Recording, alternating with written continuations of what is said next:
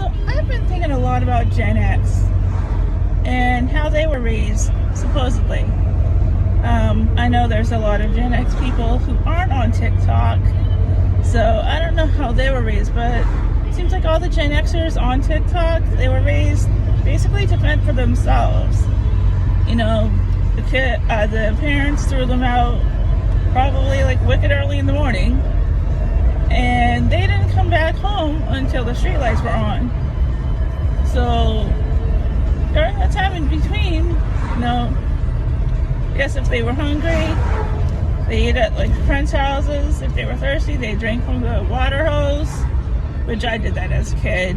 I was born in the late 80s, grew up in the 90s, and I remember running through the sprinkler and drinking through the garden hose, and it wasn't bad.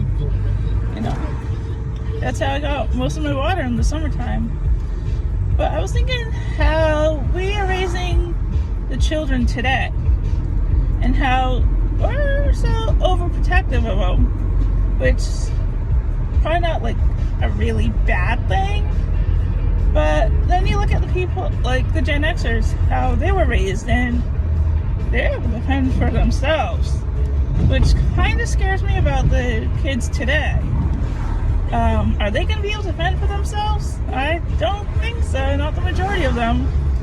So why are we so protective of our kids? I mean, if we got to let them go so they can learn how to live in the world, learn to defend themselves.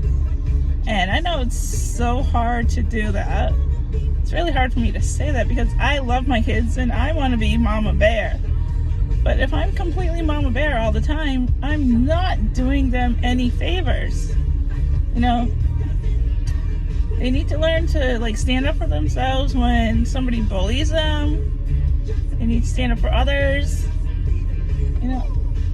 They need to learn how to get back up on their feet when they fall.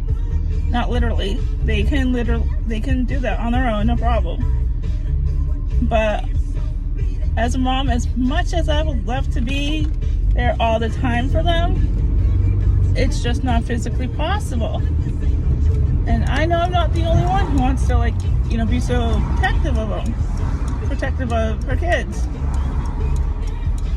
So that's just my rant for today.